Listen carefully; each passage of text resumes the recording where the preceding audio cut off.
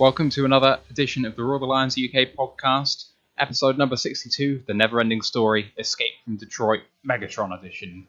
My name is Matthew Turner. Thank you so much for joining us once again for another one of these. Every single time you watch it, it brings a tear to my eye, it warms my heart. Thank you so much. You know, this is a small-time little show, and every viewer we get is really important, so thank you for that. Joined by my co-host, Steve. How you doing, man? I'm all good, thanks. I'm just trying to get the image of Calvin Johnson wearing a Snake Plissken eye patch out of my mind. Ant named this one, I think, and to be honest, I haven't watched it, so I can't say much about that. But, you know, I'll go with it. Yeah, I agree. Yes, it's a feature film. They were quite popular, you know, in the 20th century. Right. Before you millennials took over. It was in the Kainmar, I think it's called. Yeah. Exactly, Indeed. yeah. Something like that. Right, we're going to break down the news over the past 7 days, and then we're going to show you an amazing interview with Nick Baumgardner, senior writer at The Athletic covering Michigan sports. It's one you can't miss, and, you know, there's not a huge amount of news, so you don't have too long to wait. But here we go with the news. First off, in the last 7 days, the Lions have waived the UDFA wide receiver Jonathan Adams, and they've signed veteran wide receiver Chad Hansen, most recently of the Houston Texans. And let's just start with that. Were you surprised, Steve, that Jonathan was let go so early? A little bit. I guess we sometimes don't know, you know, all the behind the scenes info, you know, in terms of maybe an injury issue or, you know, potentially something like that. I can't imagine that they've let him go that quickly just simply because they don't see much in him. But yeah, we don't know, and I'm sure Chad Hansen will certainly try and make good at this chance because it's a great opportunity at this stage, relatively early in pre-season. Yeah, still going to have all of training camp to go. There have been a few whispers. I've heard something like that, at least coming from Eric on Pride of Detroit's podcast, that there were rumors of a potential mentality clash or personality clash. So it may not be anything more than just he didn't gel with the coaching team. And I don't think it's a lack of ability for sure. I know that he was performing quite well in camp from whatever we saw, and he did have $100,000 guaranteed. So, you know, that's a fair amount of money to just chuck down the drain. But I guess in the grand scheme of the cap, it's not going to move the needle too much. Chad Hansen hasn't played too much, but played for the last 5 games of last year and did have one 100-yard game, including a touchdown where he was just wide open on a play. I think it was his only touchdown of his career so far, but that was quite impressive. Apparently, he was the fastest of the Cal wide receivers when Goff was there, so perhaps some chemistry there with Goff early might help him make this roster. I don't know if we could say he's anything more than a camp body at this point, but fingers crossed for him. Yeah, and as Nick discusses later, I won't spoil it, but he was talking about Goff and confidence.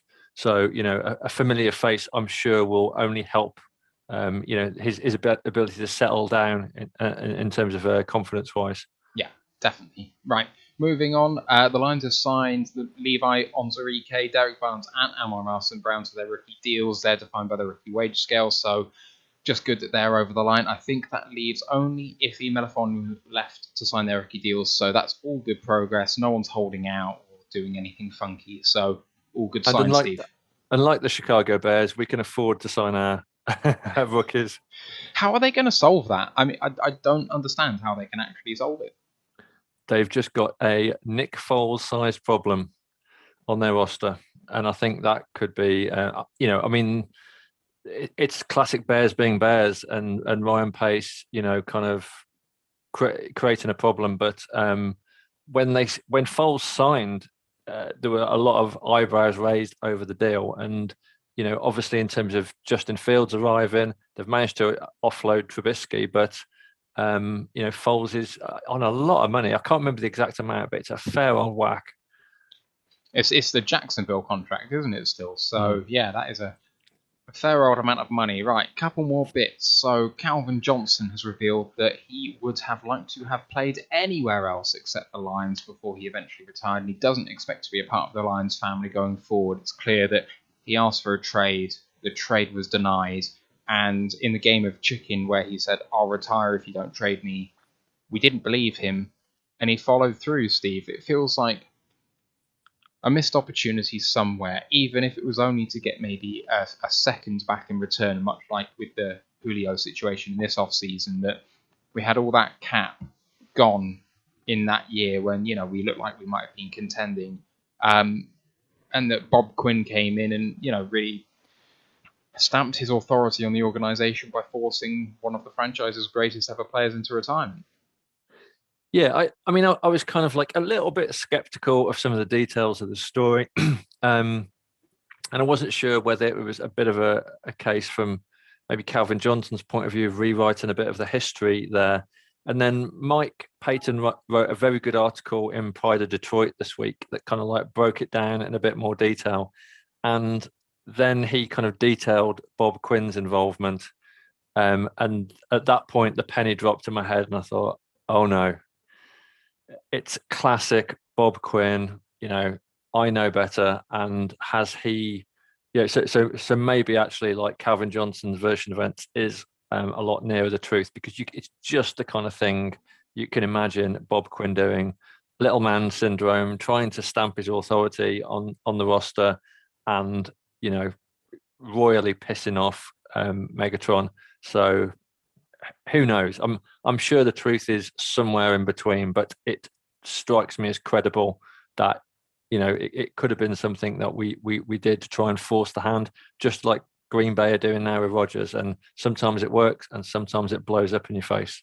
Yeah, absolutely. I don't know what to believe, and I think if I was theorizing about what could be, you're looking at the cash situation. A lot of fans are hung up about the fact that it's not his money, and why is he getting hung up about the money? Well,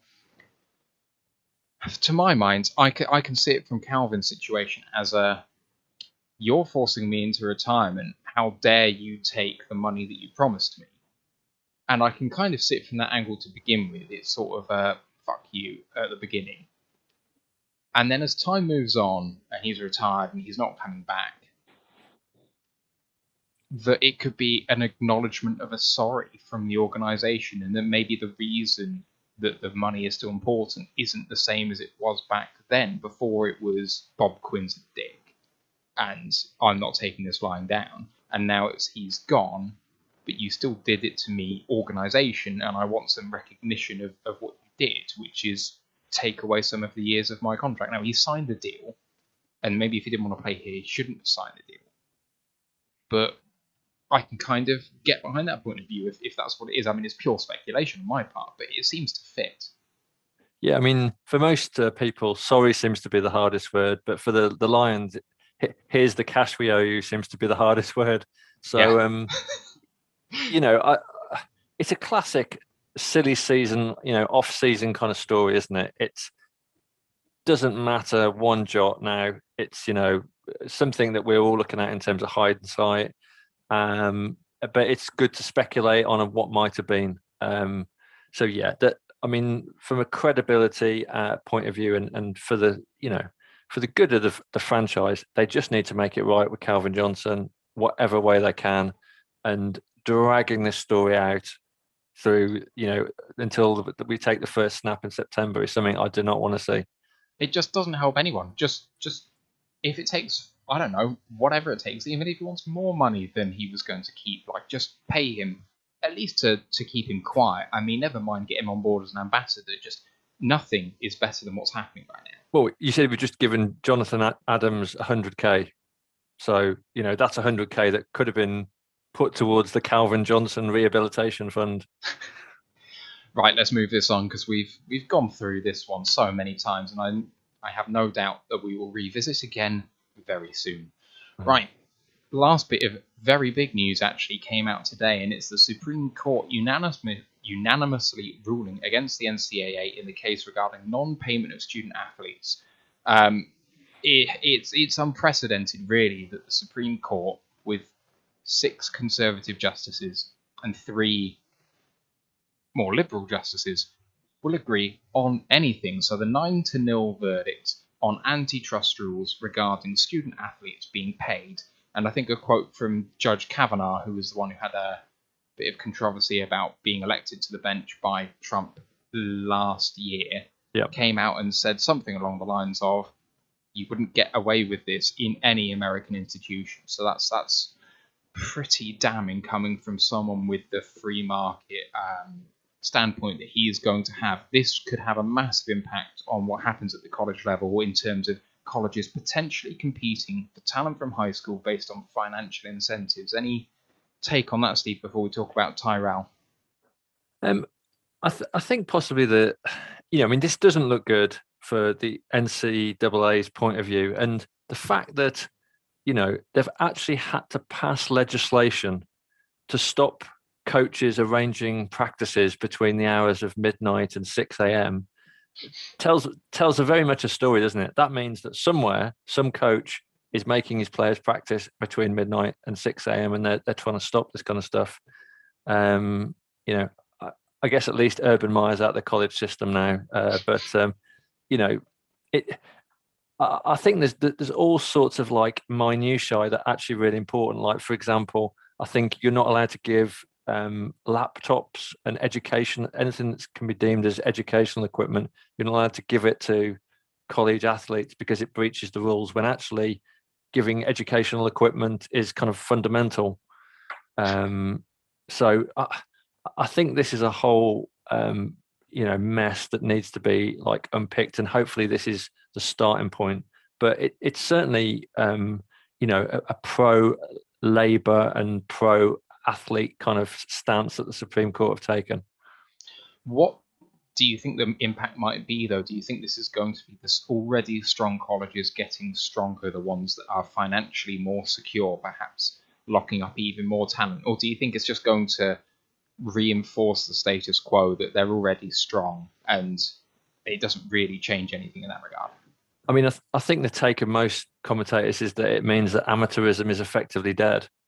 And what that could see happening is, I guess, a bit what happens in the UK in terms of soccer, is that it's the top clubs' academies attract all the talent. And, if you're a Huddersfield Town, sorry, Anne, you're going to really struggle to, Chesterfield. I was about to say. Oh, he's going to doubly kill me now. Yeah. For the sort of so-called smaller clubs, they're going to have a real issue attracting that kind of like talent. And that's not something that we want to see. One of the things that we like about American sports is the kind of equality procedures and practices that are kind of built into the tenet of some of their like rules and regulations that we don't see over here. So I think this could have, unfortunately, a negative impact in terms of that, it will, you'll have that monopoly by 10, 15 colleges. Yeah, I think that might be a shame if that's the impact. I've seen several people kind of try and write in a solution, which is something along the lines of put in a rookie wage scale type solution like you've seen in the NFL.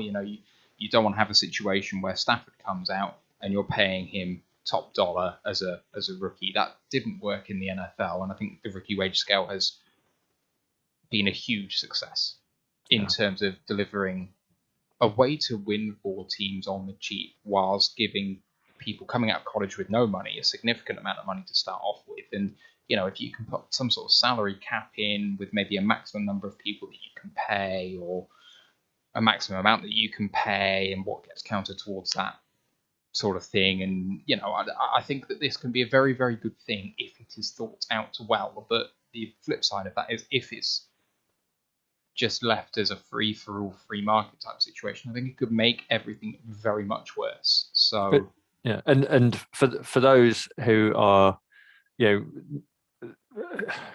understand the kind of the journey that soccer, our football has undergone, there was the Bosman ruling, which was actually started out to kind of protect the players, but actually the cumulative effect was that it's effectively created a situation of huge wage inflation, where people try and see out their contract and get these huge paydays and signing on fees, which was completely not what the legislation which I think happened in the 90s, was intended to do. It was intended to try and for equality and player power, but actually it's kind of snowballed out of control.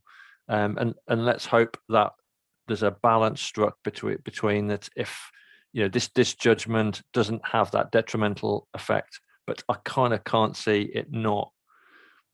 Yeah, I see that. Just in the associated bit of news, Tyrell Crosby, and who doesn't love that guy? I know there's still rumours about the fact that he might be traded, but while he's here, I'm going to be a big fan and supporter of his. He's revealed on Twitter that he's written to the NCAA, wrote to the NCAA while he was at Oregon about teammates in the off-season literally going hungry while stipends were reduced in the off-season. He'd go round to their houses, there'd be nothing in the fridge, and maybe just a couple of packets of ramen noodles.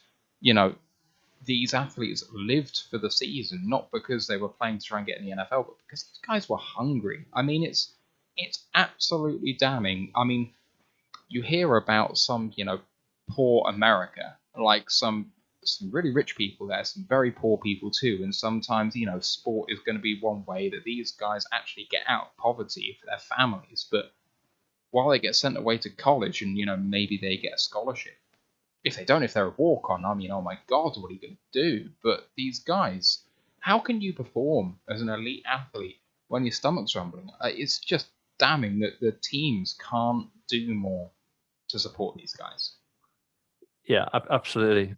I mean, I think we all had terrible diets when we were students, but we weren't aspiring to be elite athletes, and this is like clearly something that Crosby obviously feels really strongly about it, and he's obviously had first-hand experience.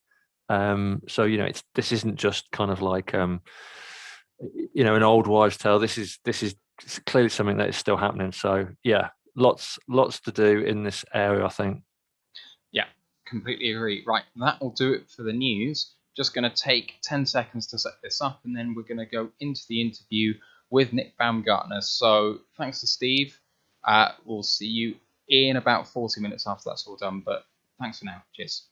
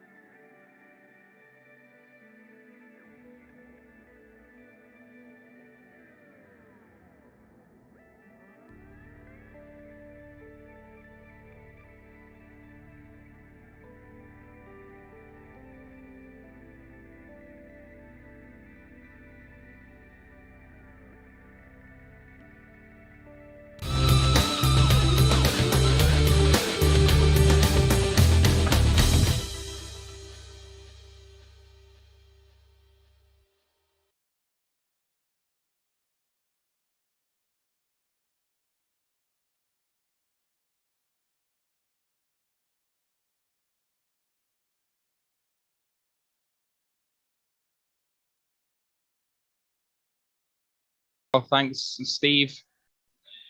Now joining the Roar of the Lions UK podcast is Nick Baumgardner, the senior writer from The Athletic covering Michigan sports. How are you doing, Nick?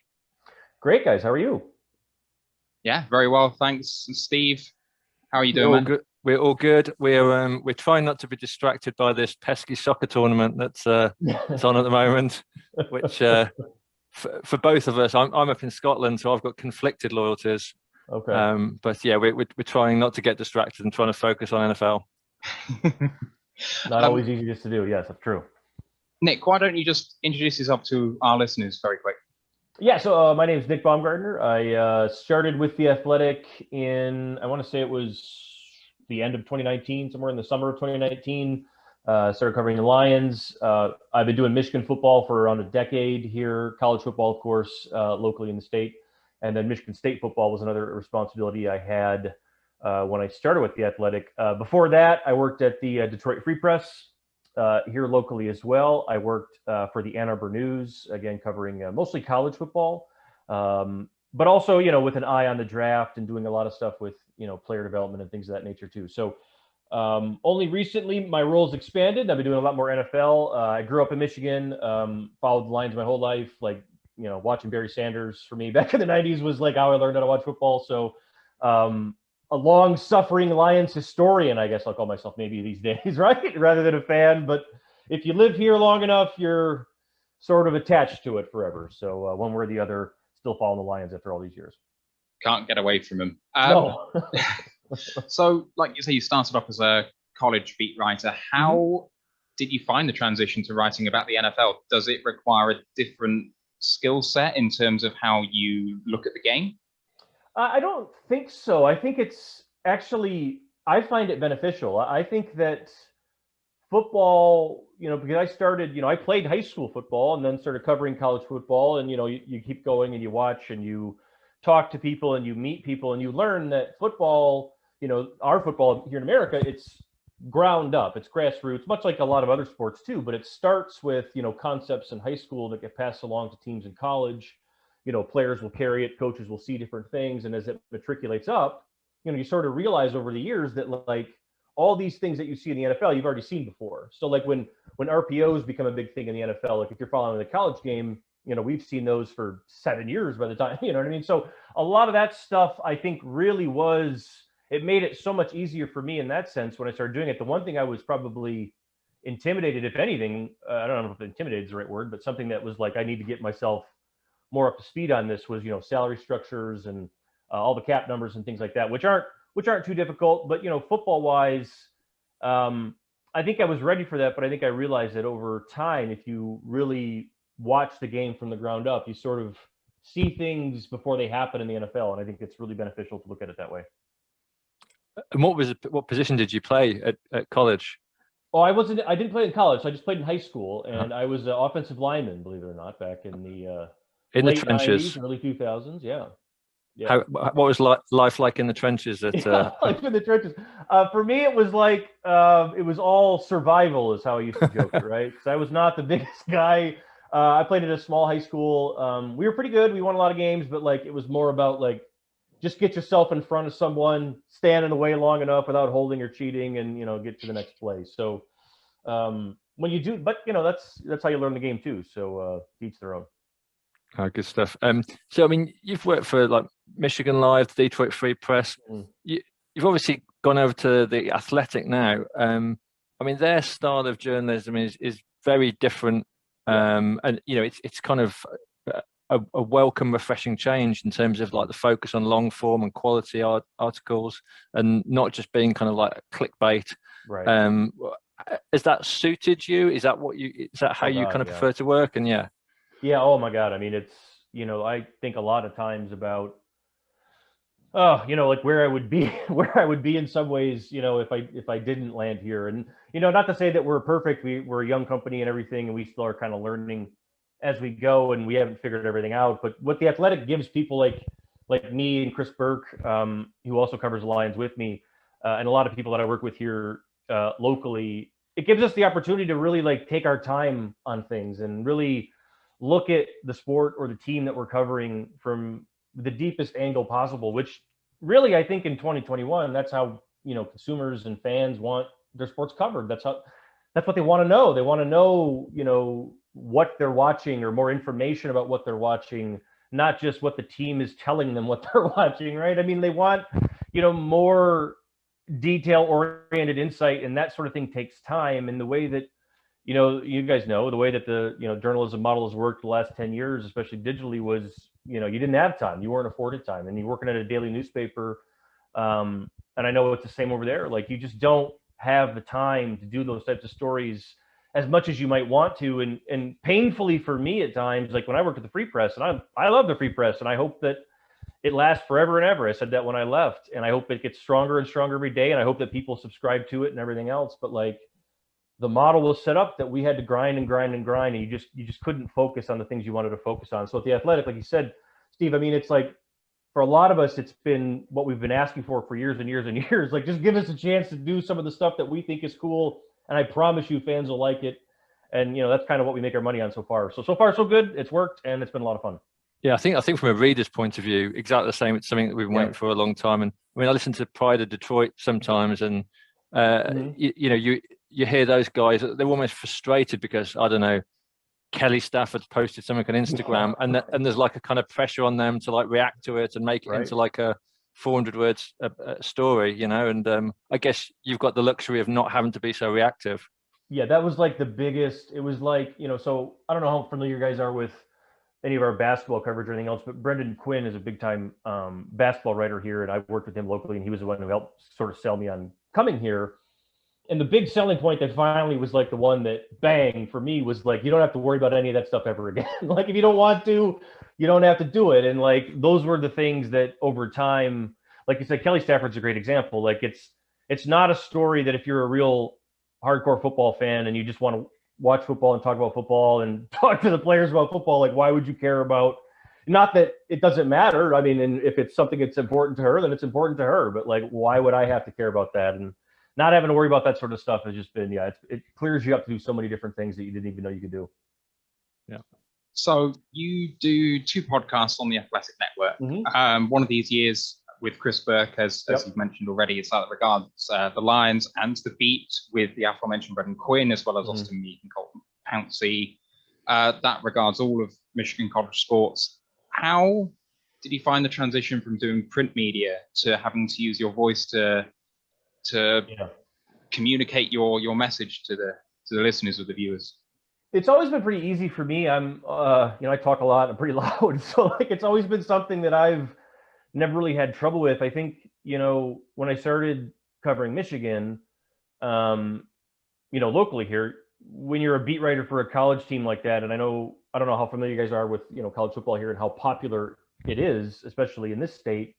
They put 110,000 people in that stadium every Saturday. It's a lot of fans across the country that are into it. So you get a lot of radio requests, is long story short on that one. So I did a lot of radio hits over the years, early on, as I was sort of getting my feet as a writer and reporter. And the stronger you get with kind of your comfortability with your voice and these things, I think, the natural sort of transition to being able to speak about it happens. And, podcasting, it's funny, like, people my age and Chris's age, like, we've seen so many different things with this medium over the years. Like, podcasting sort of felt like it came and went, right? I feel like there was a time in like the mid 2000s or somewhere in there where it was like starting to take off and people were like, forget that. And then I remember when it came back around the 2010s or 2011s and, trying to get back on board with that. And the first one I think we did, Brendan and I had a Michigan podcast, and we were just recording it on a recorder and uploading it to SoundCloud, and like we were just talking back and forth, and people loved it, and it was like, hey, this is fun, like, and that's kind of how I write, and that's kind of how I try to keep the podcast. I just try to keep it sort of the same thing, and if I have something to say, just try to be clear with it, and as long as people like it, I keep doing it. So yeah, I think there was like a first wave of podcasts, and it's like, hey, celebrities can podcast, and then there was like a second wave that was kind of like anyone can podcast. Right. Anybody could do it. And it's like, maybe we don't need everyone doing it, but like, we'll see, right? But we're still probably in the middle of all that. Ant, why don't you ask your question? Sorry, I'm a little late to the show today, guys. Delays all over the place. Nice to meet you, Nick. Thanks for coming on. Mm-hmm. Yeah, not bad. I was just wondering, obviously you do a lot of the college reporting and that. I was wondering, if there was a certain player who you were convinced was, you were really high and was going to make it big in the leagues, but it never materialized for them. I was just wondering if they got one particular guy who you might stand out when it comes to that. There's a lot of guys that it happens for, and it's hard to pick one in particular, because a lot of times I think it ends up being like an injury. And usually for me, it's the other way. It's a guy that, I thought was going to be, no, I didn't think he was going to make it, and he did make it. You know what I mean? Like, I've seen that happen a lot. And when I was doing the college stuff, there was a lot of guys that would come through Michigan that when they would show up, over the course of time, I would try to pick a guy that, you'd say like, here's a guy that maybe no one is thinking about right now that I think there's something to this guy, right? Like, Kwity Paye was a guy that just got drafted by the Colts in this past draft. It was a great example. He comes to Michigan like 4 or 5 years ago, and no one knew about him. He was a small school kid from Rhode Island, a small state in the country. Had barely played high school football, I think, but there was like 2 or 3 things he did super, super well, right? When he showed up, he was a all muscle and he had all this twitch.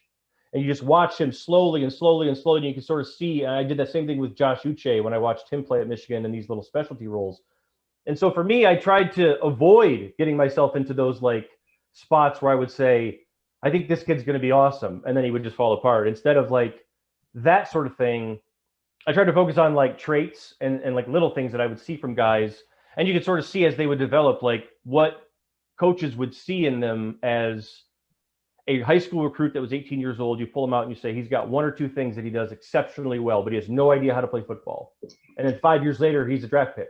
And you're just like, that's the process for me that I guess I focused on the most. So I think about a lot of guys like that. Like Chris Wormley was a guy I covered a lot at Michigan, that he got to Michigan as like a 260-pound defensive tackle, maybe going to be a defensive end. And then he leaves as like a 310-pound, absolutely going to be a defensive end. He's still playing in the NFL. He's not a superstar. He's not like, a legit, all pro or whatever, but he's a guy who's going to make a lot of money and play for a long time. Those are the guys that always fascinate me. Those are the guys that I fixate on, those like mid-round picks. I don't know why I get into the weeds on that sort of thing, but I guess that's the easiest answer I have to that one, because I try not to think about it like that. I try not to think about a guy that might break your heart or whatever, because you just get so married to him, and then you end up kicking yourself like 2 years later. I'll quickly add on, is there anyone sort of at Michigan we should be watching this year who's maybe gone under the radar, who you've got your eye on? I don't know. He's maybe under the radar because Michigan was so bad last year and they played the shortened season and he got hurt. Aiden Hutchinson is a defensive end edge player that probably entering last year, he played, I think, maybe 2 games, 1.5 games, and he ended up had a foot injury and cost him the whole season. He's a 6'6", like 275, really long, really smart, covers a lot of ground. I think he can be a stand-up edge guy and a heavy end in the NFL. I think last year, if he'd have gone out, would have been a 3rd or 4th round guy. I think he has a chance to be a 1st-round pick in this draft. He's their best player. I don't know if they have anybody else. They're kind of thin right now. This is like a weird time for them, as Jim Harbaugh is kind of in a weird spot. But Hutchinson is by far their best for Michigan or Michigan State. He's by far the best prospect in state, and the guy that I would say right now anyway has a chance to be the 1st rounder. All right, thanks. And in terms of covering like the Wolverines, the Spartans, and the Lions, what does your kind of typical day look like, particularly when it's like around the draft, when it's like super hectic? Yeah, so like the draft is a different animal. That's a bad case study to use, because that's more or less like 3 months or 2 months of just all you're doing is burying yourself in all these things with every player and everything else. But during the week, I guess during a season, let's say, would be, because college games are on Saturdays here, NFL games are on Sundays. So you got Saturday, Sunday games, which can be a tough turnaround. And then usually what I end up having to do is I have to pick, because everybody will talk Monday. Michigan State will talk Tuesday. Usually I can have them at least on Tuesday morning without any conflict. But the Lions, the NFL, they'll talk every day. So you can get them. So I try to do Michigan on Monday because I know I'm not going to get them again. I'll do Michigan State Tuesday. And I would try to make sure I get the Lions on Wednesday. The one thing that COVID helped, though, was I could get the Lions every day all week, because Matt Patricia last year and then Darrell Bevel, they did those Zooms. I don't know if we'll have that again in the season this year, but that could be a challenge. It's hard to keep everybody straight at once, and you have to sort of pick who's kind of on an interesting run and then just try to ride with them. I think that's kind of the pace I've found. When I first started doing this, all 3, I would try to do all of them equally, and you can't really do that. You've got to find maybe which one is of particular interest to you and sort of go in that one with, kind of keeping the other 2 on a side burner, right? Just pay attention to them. But you guys know this, as we're saying, like, for me, the more football I watch, the more I understand about it, and the more I understand about the game, the more names it exposes me to, the more players I end up seeing. So I just try to consume as much as, like, if it's football season or you'd mentioned the draft, like, those are the times for people like Chris and I where it's like, if you're doing this and somebody's paying you, it's got to be all in all the time. And like your family's is probably going to hate you during those moments, because that's what we do. But that's the fun part for me is being able to nerd out on all that stuff. Must have been a tough one last year with all 3 teams not particularly been the greatest at home at the moment. That was a long road. I said to somebody at the end, my editor, I was like, I think we almost did 3 coaching searches in 1 year, because we did Michigan State in February. We almost did Michigan because it looked like that was possible, and then the Lions in Thanksgiving. So I was like, that might be a North American record. I don't know if we would have been able to pull that off, but only. Well, and I know that they fired everyone at Michigan apart from Harbaugh, but pretty much, yeah. do you think that his long-term future is going to be there? Is that a vote of confidence in him that you think is going to last? Because it looks like very much the arrow for Michigan is down, at least for now. Yeah, I think that is absolutely still in question. I mean, I think that if you were to ask me today, I think it would be more likely that this ends sooner than later, based on, the trajectory of the program, where they were. I actually, I liked a lot of the decisions that he made this offseason, but I often is the case with Michigan's program under Harbaugh, especially in the last 4 or 5 years. They're late, they're a couple years too late. So are you going to have enough time to sort of gather yourself? There's a lot of holes to fix, not a lot of time there. And it's like, you're going to play a full season this year, hopefully good, everybody stay safe and everything else. If you play a full season and you struggle, then I would think that's it. I mean, the buyout's gone, the contract money got shrunk down. And, I think the reason why he was given an extension is two-part. COVID complicates everything. And then, he's Jim Harbaugh, he's a legacy and everything else. And I think he's getting the extra time that maybe somebody else wouldn't have gotten. But yeah, I think now you're in that, it's an extra time now. He's got to prove it. It's almost like a prove it deal. That's kind of how I've looked at it. Makes sense. Just finally on you, and then maybe we'll talk a bit more about the Lions. Do you have a piece of work through your career that you are kind of singularly the most proud of to date? Like I get that you kind of didn't expect to have, or a bit of a breakthrough kind of ding moment where you're like, wow, this is so cool. There's been a lot of little things, I would say. It's not one story. For me, it's always things you're able to weave into something. Like a great example, I was talking about this sexually around me the other day to somebody. In 2018, so I've covered a couple of Final Fours. The first one I covered, the basketball Final Four, the college tournament, right? First one I covered is 2013. And, John Beilein, who is in his, I don't know, 7th year or something like that, and his story with Michigan and everything else, covering that. And I was younger, right? I was in my 20s. I had no idea what I was doing. I was lost all the time. It was just chaos. So, 4 or 5 years later, I come back in 2018, and now you know all the tricks, and now you know all the little things and all the secrets and everything else. And before the game, I was, I think it was at the Alamo Dome in San Antonio, and it's, the 70, 80,000 people in the stadium and everything. And, I just start walking back toward the locker room area because I know that I'm going to walk until someone stops me, right? I just keep walking. I keep walking. I go through the tunnel. I go all the way back down the hall. And before I know it, I'm standing from me to 10 feet away outside the locker room of Michigan's locker room. And I just waited and waited, watched all the guys. I'm talking now 5-6 minutes before tip-off of the national title game. And so everybody's coming out. And finally, because I know Beilein's going to come out last. He comes out last. I walked with him basically to the championship game that night. I led my story with it. They lost. It didn't work out as well as it would have. But that would have been awesome if they'd won, right? That was perfect. It was just me and him walking out. And I'm like, those are the things that I think about a lot where I'm like, man, that's pretty cool. That's pretty cool. I made it to the top, to the roof of the Vatican the one year when Harbaugh took Michigan football over to Italy, and he got to get up close to the Pope during a service. I'm not Catholic. It was all lost on me, but there I was. I'm on the top of one of the press towers watching a service. So I mean, I take those little things like that. I think over time, for me personally, it's always. I don't like to single it out. I mean, I've had fun interviews before that I didn't like. I wrote about Dwayne Eskridge this year. That was a good one. That's fun. A great kid, played at Western Michigan, got drafted by the Seahawks. A young receiver with an amazing story. Like so many of those over the years that, those guys have been, so gracious with their stories and times and families that you've been able to help share their stories. But for me, all the little things like that about learning how to weasel your way into an area where you're not supposed to be and not get thrown out, right? That's kind of why we all got into this. And being able to pull some of those little things off sometimes are always the ones I look at and am fond of. Fantastic. Okay, let's talk a bit more about the Lions now. Yeah. Quite recently, you and Chris had a 4-part interview, or you split it down into 4 parts, but I guess it was just kind of one long interview, really, with Anthony Lynn and Aaron Glenn. Are you surprised with the amount of access, firstly, that that you're being given by the Lions in the new regime? And is there anything that you learned from those interviews that kind of took you aback, that kind of shocked you in terms of their approach or them as people? Yeah, I mean, a little surprised, but I don't think I was like super shocked, because I think you expect them to sort of be the opposite of what the previous regime was, right? The previous regime failed; they were so closed off.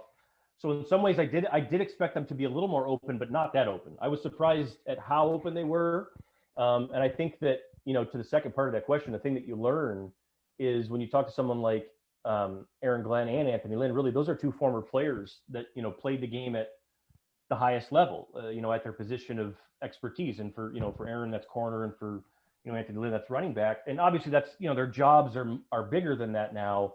But when you talk to coaches that have that like personal experience at the highest possible level, they speak with this like level of mastery and like confidence that you just can't hear from anybody else. You know what I mean? Like, and that comes across so well. And there's no hesitation. Like when, like Chris and I, at one point, we were just talking with Aaron Glenn about, he was talking to us about leverages and different kind of tricks you can learn pre-snap, you know, as you're a corner. And he's got to go through all this stuff, and he's talking about it in like the most simple terms possible that make everything make so much sense in a way that you've never thought of before. You're just like, I've looked at this 10,000 times, and this is a guy that, you know, just like that, he can do that. And I think that being around, you know, younger players, being around those type of coaches, you know, I don't know how this is going to work long-term for the Lions, but I think it's going to be a really, really good developmental environment for so many young players, because look at the staff, guys. I mean, like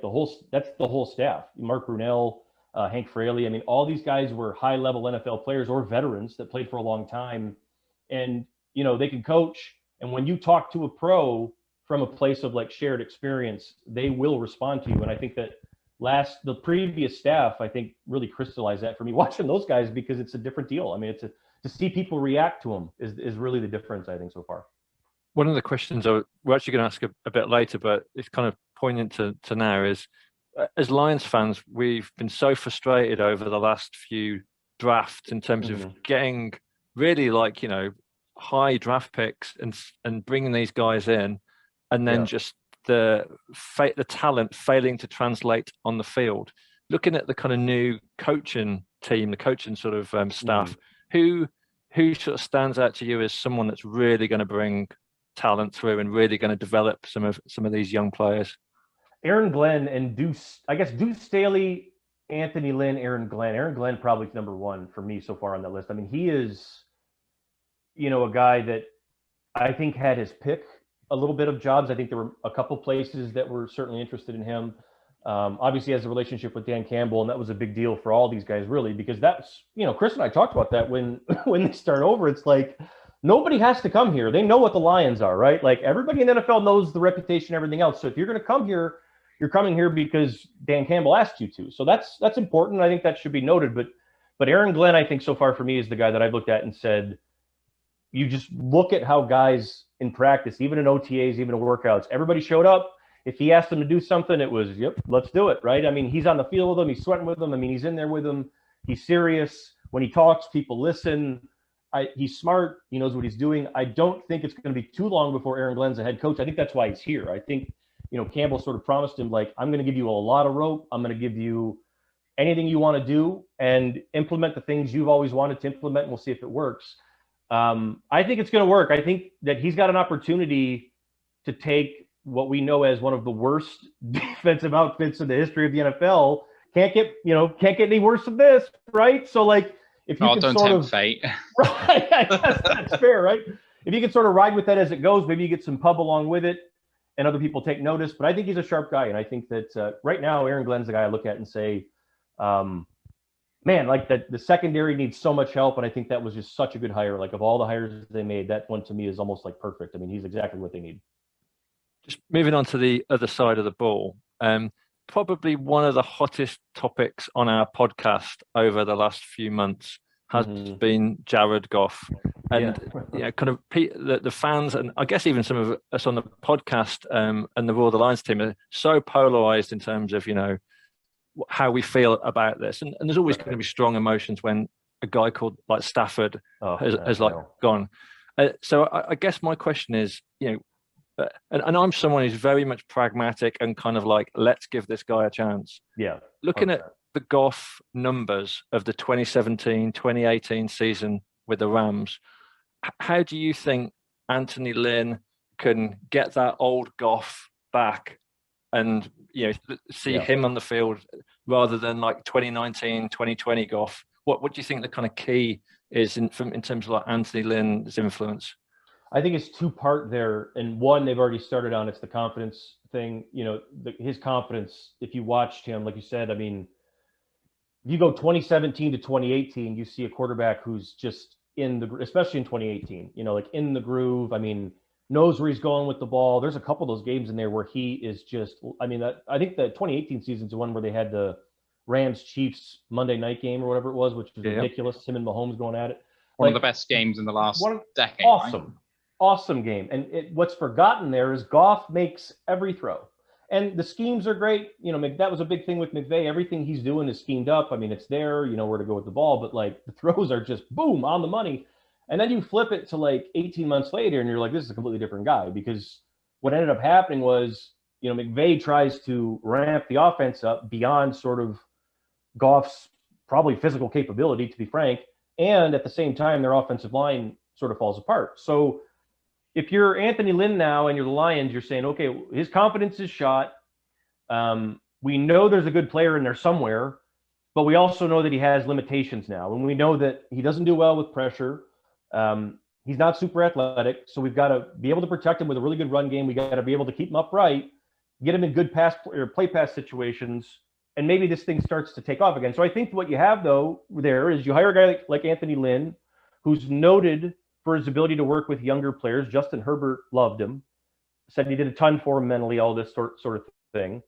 You invest in your offensive line further. You fix it, maybe you think anyway, with Penei Sewell, and you say, okay, well, maybe that's the situation that you have to – it's the only situation that it's possible, right, is get one of the best fronts in the NFL, make sure you protect him, get a good run game going, and let him sort of be a guy who – patches everything together as it goes, rather than the guy who makes everything happen, right? Like whereas Stafford, we think of him as a, you know, points driver, where Goff is sort of like a point guard, right? Stafford is your scorer, Goff is like your point guard. I think that if you let him be the distributor rather than the guy who has to do everything, you know, that's what you want. But the trick with that is, you know, you've got to get really good receivers around him. You can't miss up front, and your line has to be outstanding. And that's, you know, so far the Lions, all those buttons have been pushed, but, you know, we got to see, and not a lot of room for error there, I guess, in that project.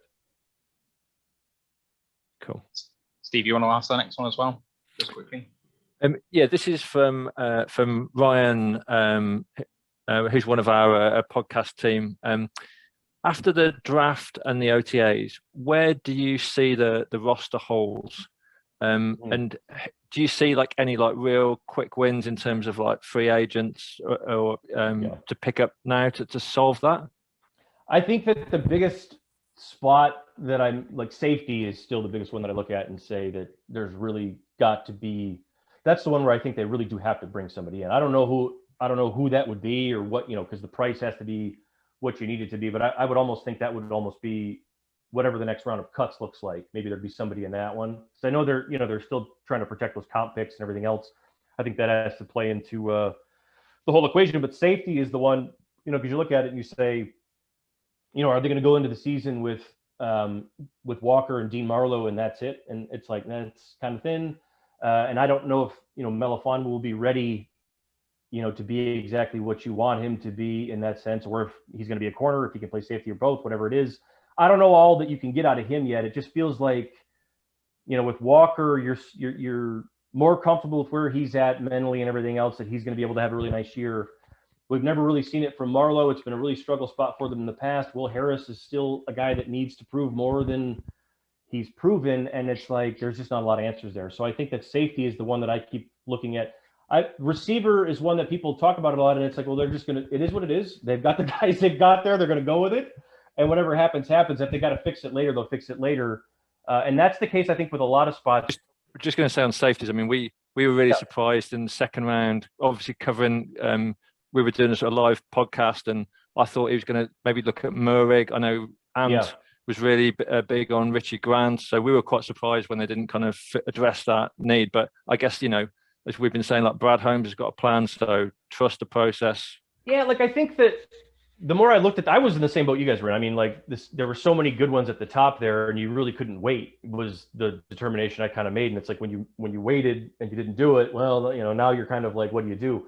Melifonwu is the guy that I've looked at and said, like, I don't know what he ends up becoming, but I think he has like hybrid potential to where he could play multiple spots. You were talking about Melifonwu. Oh yeah, so the safety thing, right? Like he's a guy that, I mean, he could be a safety, I think, before it's all said and done with him. He has skills that translate, I think, to both positions. And I think, I asked Holmes, I think the night they took him, or maybe it was the next night, whatever it was, like, could he play safety? And he, was like, we're not ruling anything out with him. I think he could play anything across the board. And more right now, it would be like, where do you start him at? Like, is he start out as a nickel? Does he start out as like a corner? I don't know what that is. But he's a guy I definitely think that has like safety potential. And it makes me wonder too, like, when they go forward, is that the type of guy like Holmes is looking for? Like, do you want more safeties who can also sort of play corner in a pinch? Those like really athletic, longer guys. And I think that's what Melifonwu is. So some of the sting, long story short, to get out of the not taking a safety, I think for me was at least eased in like, well, he could be an answer there. We'll see if he is. And I think that's still a project that's kind of TBD. Just to take us back a little, I know this is maybe perhaps slightly an unfair question, but looking at the Quinn Trisha era, if you had to boil it down to a couple of things that kind of went wrong in the biggest way, the biggest factors that kind of led to their downfall, what do you think that was?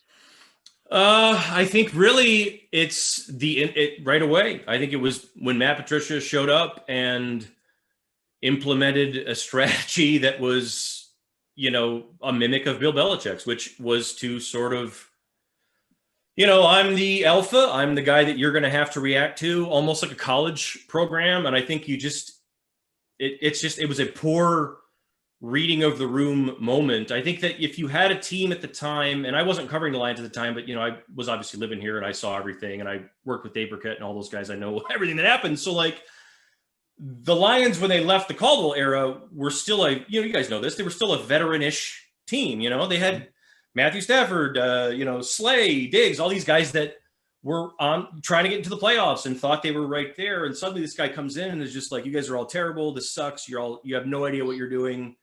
And you're all pros and you're looking around being like, that's ridiculous. Like, that's not how this goes. And then he goes out there and falls on his face, and credibility is just, it was for that. I think I go all the way back to that. I don't think he was ever able to overcome that in the locker room to a level that he was going to need to overcome sort of his holes as a first-time coach. And I don't think Matt Patricia's an idiot at football. I don't think he's like this clueless guy. I think he actually knows quite a bit about football, but it was the inability to sort of get anybody to buy into what you were selling. The closest they ever got was the Chiefs game in 2019, which was game 4 somewhere in there. And they get down to that fourth down. I think it was 4th and 10, 4th and 9. They had Mahomes down to 4th and 9. You get a stop, you win the game. And they go cover 2, or they go cover 2 man again, which, every single time. And Mahomes again just runs right out of it and, gets the first down. They go down, score a touchdown, win the game. And I remember Chris actually went down onto the concourse because Ford Field was so loud in that 15 minutes because there was a TV timeout or a 2-minute warning or something. And there was a 5-minute window there where the building was just coming unglued. And it was if they could get this one stop, maybe all that bad mojo from 2018 and whatever else, because, I don't even think Diggs had been traded yet. I think that was a couple of weeks to go before then. If they get that one stop, you were just they'd already beaten the Eagles. They played okay in a couple games. Stafford was playing really well, maybe, and then it didn't. And you were like, okay, this is over. And that to me is the Patricia era, because it was no room for error. And on day one, you screwed yourself. And they just were never able to dig out of that hole. And I think that's really where it started and stopped. Yeah, I remember that game so clearly just because it was oh my God, we might actually do this. And then the one play I remember so well is not that Mahomes play, but it's the throw to Kelsey with the lateral. Afterwards. And I was like, we're obviously losing this game. Of course we're losing this game. Sorry, Steve, you were going to say I think I was going to say that the Jets game, the first game as well, must have just been, like a real punch in the guts. And I mean, we as fans were kind of like in shock because the talk was so big, Yeah, you know, it was. And then the collapse was so quick. I can't even imagine what the press box with, you know, must have been like. Yeah, it was like the reaction from people. I don't think anyone knew what to like. I think the beat writers knew. I wasn't there, but I think the beat writers probably, like Dave and those guys and Justin and I think Chris was there too at the time. I think he started in 2017. Like those guys, if you talk to them now, they knew that this was possible because they've been around Patricia since January or whatever it had been. But you're right. I mean, as an outside observer at the time, I remember like, you know, I followed Matt Patricia. I knew what he was doing in New England. I knew there'd be challenges with that. I didn't think that he was going to come in and just automatically fix every problem that they had, but I thought it'd be better than that. And to see it that like he doesn't know what he's doing. Like that's what it was like. Whoa, right? Like the next week his hat's on straight, right? And you're just like, what? It was almost like right when he shows up to the press conference, he has his beard all shaved, and you're like, who the hell is this guy? Like, what is going on here? And it just felt like there were all these like weird moments like that with him. And suddenly, like, and that one was finally like, oh my God, maybe he just doesn't know what he's doing all the way yet, and maybe this was a mistake, right? So I think that was kind of the straw that broke it. And then maybe that was the year too where they made him go outside and practice in the snow, right? They had to go out there and they had to go play in the snow. Yeah. So the Golden Tate trade as well, I think, was just like just a terrible message to send out. And that would be the other thing too, is, you know, Bob Quinn starts his career with the Lions before he hires Matt Patricia. And I think he ended up probably pulling himself underwater in that by just giving Matt Patricia complete control, it seemed, over.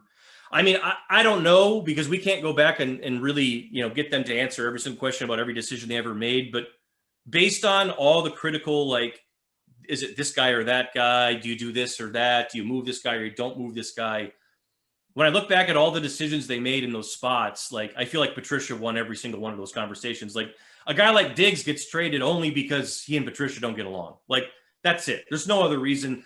Patricia could come up with thousands of different reasons for you, and he could illustrate them to you on film, and he could make you think that, hey, I can't work with this guy. But eventually you're like, you're nitpicking. This is a pretty good player. He's good enough. Suck it up and figure it out. And like, there were too many of those. Graham Glasgow, there's no reason not to pay a guy like that, right? So yeah, a lot of those type of decisions, and then they add up, and you look around the room and you're like, there's nobody left, and no one wants to play for you. So, you know, it's not going to work. Just one more question from us, and then a couple from listeners, if that's okay. Yeah, absolutely. Got time. Okay, So the final question from us is, what are your expectations this coming year for the Lions? What are your benchmarks for success? If it's a successful season, the Lions are going to have done what? Yeah, that's a good question. That's a good way of putting it too, because I don't know if I can quite say it as a record. Like, I think that gets lost a lot. People say, like, what would the record be? And for this one, you know, I mean, obviously if they had like some kind of crazy 7 wins or something, you'd be like, well, that's pretty good, right? Like, that was better than we thought. But I think I would look at it almost as like, if DeAndre Swift goes from a pretty good rookie to a guy that we think is going to be an NFL star, I would call that a success. If Romeo Okwara proves that he's more than just a contract year success, little things like that, if Okudah becomes a guy that suddenly we're not talking about as like on the doorstep of bust territory, and maybe he's going to turn the corner. I think if you take a lot of these little areas, Penei Sewell, if he fits in, and if Jonah Jackson proves to be as steady as I think he can kind of be, then I look at this year and I say, if the record is whatever, and all of these guys that you need to get better, like the guys that I would say that you have to get better this year, like Sewell, Okudah, Tracy Walker, Swift, Hawkinson, Romeo Okwara, guys that you're invested in, right? Like guys like that are going to be here, Jared Goff.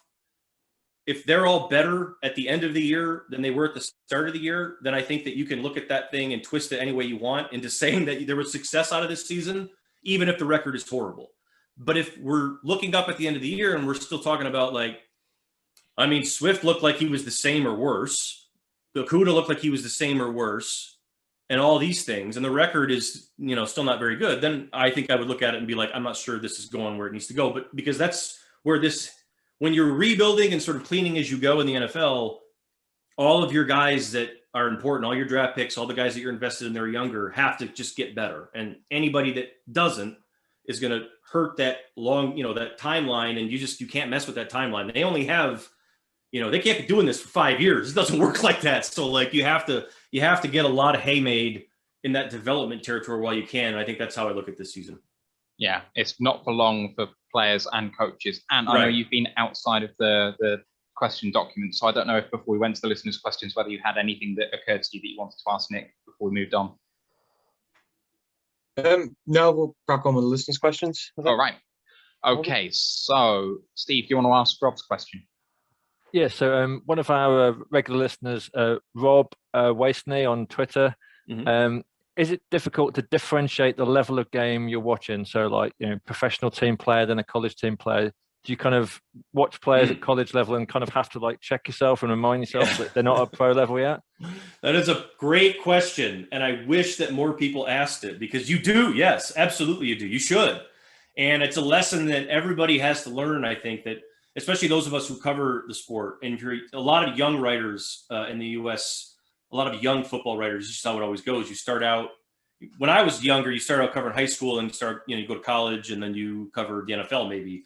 Or maybe you cover college forever if that's what you like. But like nowadays, you start out in college. Nobody really covers high school anymore because we don't have that network of newspapers. But yeah, you start out and you think of it as everybody's out here for, whatever, it's football, right? And then as you kind of go forward, you do really, really get to see that it's totally different. It's not even close. I mean, the guys in college, what they go through on a day-to-day basis, they only get so many hours a year to work with coaches. They only get 2 hours a day, I think 5 days a week during the season to work, at all, really, technically on football. Obviously you could cheat if you wanted to and do more, and some guys you could do on your own time. But, when you turn that around, you go to an NFL facility and it's as long as you want, no matter, there's no cap, there's no limit. And then you look at it again and you say, there are 125 Division I football teams, whatever it is, 85 scholarships for every one of those teams. The NFL has 32 teams that cut to 53 when the season starts. And you're just talking about, the competition. You go watch an NFL OTA in spring in just helmets, and you take the 15 most intense moments of an NFL OTA and compare it to spring practice in college football. It's like you're watching children against, it's not cut to the college players.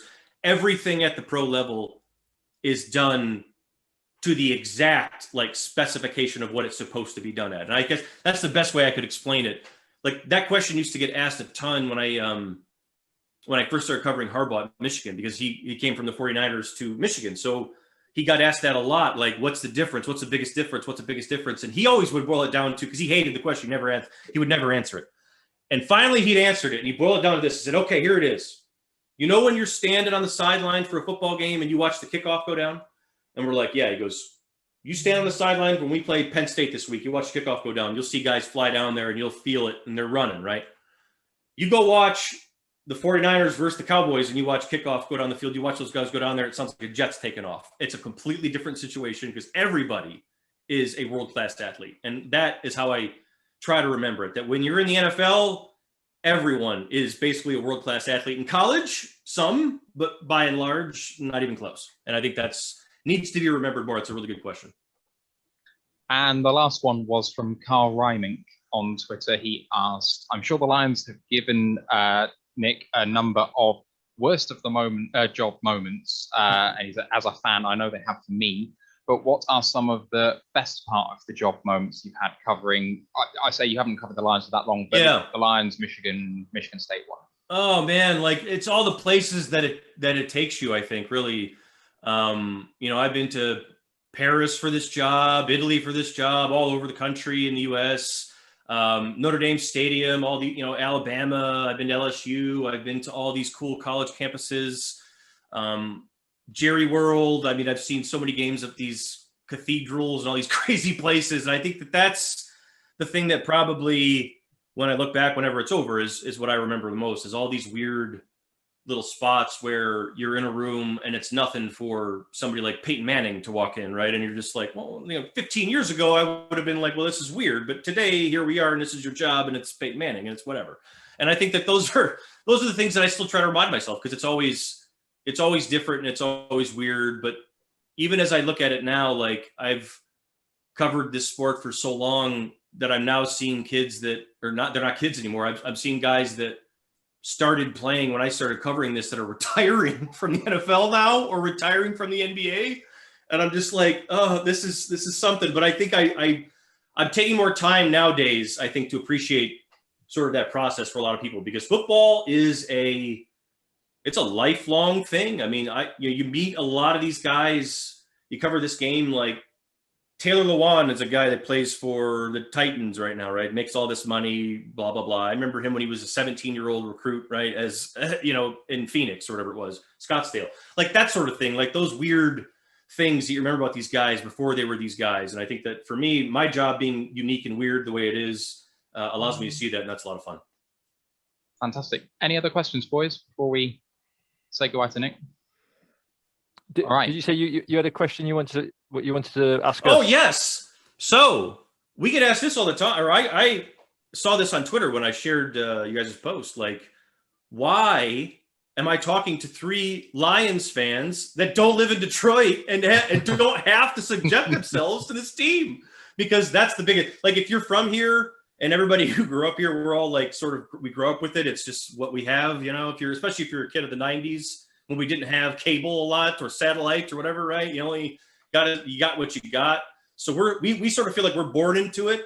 And I do think it's probably, I got to imagine it's probably a lot like the way we maybe pick soccer teams across the way, right? I imagine it's probably the same way, but I would like to hear from you guys. And why don't you take it off first? Well, I think for me it was initially simply I loved to listen to Motown when I was a kid. It came from Detroit. It was sort of a big part of my childhood. So I sort of took on the Detroit team just because I only had a passing interest in the NFL back then. Yeah. So I sort of just took them on. But then when I sort of really seriously started getting into it, I saw the backstory, obviously it's not been the most successful franchise in that, but right. They mirror the football team I support over here, because the football team I support over here, we're in the 5th division. We're a really small club. Got about 4,000 loyal fans there, but what I like is the community. You're not getting anyone who's on there for being a bandwagon fan or anything, who's in it for the glory. You're in it for people who love the team. And you meet some great people doing it, and it's like a sense of family, really. I mean, yeah, that's awesome. We've been taken in by a lot of the American fans. Well, we can't believe how many people listen to us and chat with us, and that's what you get. It's the sense of community for me, and that's why I'm sticking with them. So. It is. It's like a shared burden after a while, right? Where you're like, if you've carried it for any amount of time, you're one of us. That's great. All right. How about you, Steve?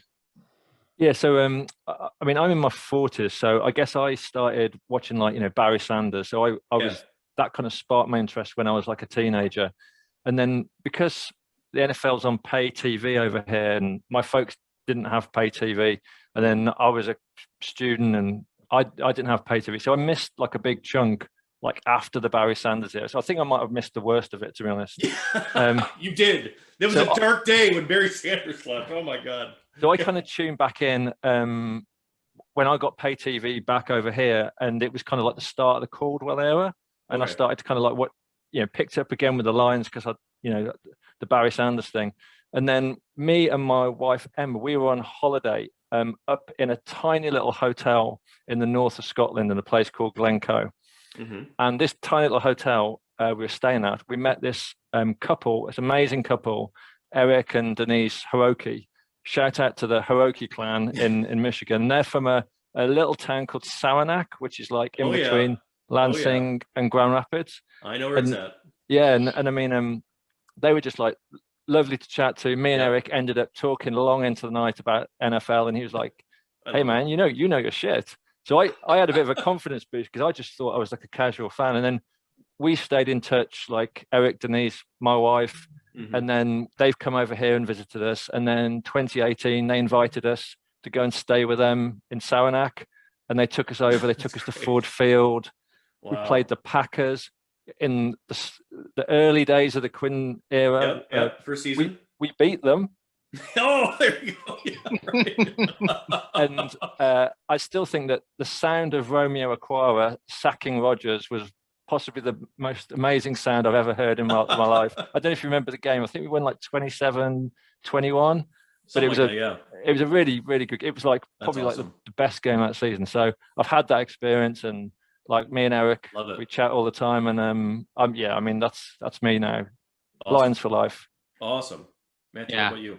My story is not so exciting. I was a big rugby player through school, and so I kind of in the back of my head always knew that I'd enjoy following football. Yeah. I kind of never really got into it. Watched the odd Super Bowl here or there. Started to get into it a bit in 2009. Stafford obviously number 1 overall pick. Okay. So kind of followed his career a little bit without being a Lions fan, and then decided to get a bit more serious with it. And it just seemed natural to kind of follow him into following the Lions, but also kind of wanted to, look back at history in terms of Detroit and America, and it being, the richest city in the world in the 50s. And it's a fascinating place, man. It's an amazing place. I love, by the way, that Grand Central Station is actually getting an overhaul, which is really, really cool. But so something about that mantle of it kind of having fallen as a city kind of progressively from that time and is now rebounding, that just kind of spoke to me. Right. And I don't know, just sometimes there is no rhyme or reason. They just speak to you. One other aspect of it, I think, was the Patriots are the most followed team in America and in England, if I'm not mistaken. And it's really, well, I think it's just for one reason. Well, right. It's right. Just, glory hunting sort of thing.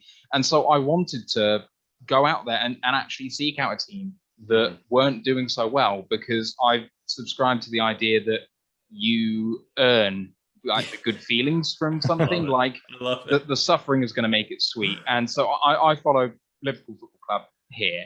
And when I started, they'd only kind of started on their downturn, but last year we won the title for the first time in 30 years. Nice. I cannot tell you how good it's good. I can, because but how good it will be when the Lions finally get up that line. But just one playoff game. Yeah, I mean, that's a great way of looking at it. A lot of people say that. Let me ask you this, though. Did you need to take like 3 weeks to get out of a depression once Stafford was traded? If he's the guy that hooked you on the team? Yeah. Or did you? I just crying in bed, and girlfriend going, "It's okay, it'll be fine. Don't worry about it." We all went through the curve. Curve: denial, anger, shock. Wait till you see him in the Rams uniform in a game. That'll do something to you, I'm sure. That'll be weird.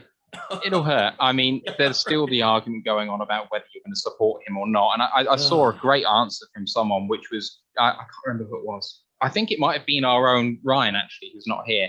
I think he said, "I'm allowed to support Stafford and root against the Rams. They are mutually exclusive things." That's 1,000% correct. I agree with that wholeheartedly. Stafford is a legit, very good dude. And so I think that you're not going to find many people that wouldn't wish him all the success. I hope it happens for him. I really do. He's a good dude. And that article he wrote for the Players Tribune, like after the George Floyd thing, was just, I think that like kind of made all of us really proud that, even though we were heading for like, bottom of the NFC North, we got someone like that playing that we could just like rally around. And I think we all felt like amazing to have him, lucky to have him. He's like this tragic figure here now suddenly, right? It always happens that way. People hate on him for so long, but then at the end, he talked to the team and told them the importance of, he had that answer to that question this year. Somebody said, "Why'd you play today?" And he said, "Because I'm the quarterback of the Detroit Lions, and it was Sunday." And I was like, "Well, that's how you get a statue, I assume, right?" There you go. That's pretty good stuff. When he went, and there was that kind of whole period of like, Stafford nostalgia, and like we played to death the clip of him against the Browns. Oh yeah, right. Yeah. And I mean, it's just I've seen it so many times, but there's like a lump in your throat. I mean, oh yeah, it's something. That's him. That's him. It'll be interesting. I mean, if he gets there too, I mean, that's something where you look at a guy like Justin Verlander was like that baseball wise for people here in Detroit. Maybe not so much anymore. He's kind of had his jerk moments, but whatever. I mean, it was still one of those things where you're like, it's cool to see a guy who played for so long and was one of our own here, make it and get what he's earned and what he deserves. And I think he deserves something like that. I mean, at least a run, right? A couple playoff wins, if nothing else. Yeah, he definitely does. I think we're coming to the end of our time with you, Nick. So thank you so much for that. Absolutely, no problem. Just remind our listeners where we can find you once again. Yeah, just on Twitter, at Nick Baumgardner, NickBaumgardner, and then at anywhere on The Athletic. You can find, you can just follow me or follow our Lions coverage there, follow Michigan State, and you can see all my stuff there. Fantastic. Thank you so much for your time. We really, really appreciate it. Absolutely. Anytime. It was a lot of fun. Thanks, Nick. Yeah, thank you very much. Thanks, guys. Appreciate it. Cheers. Okay. See ya.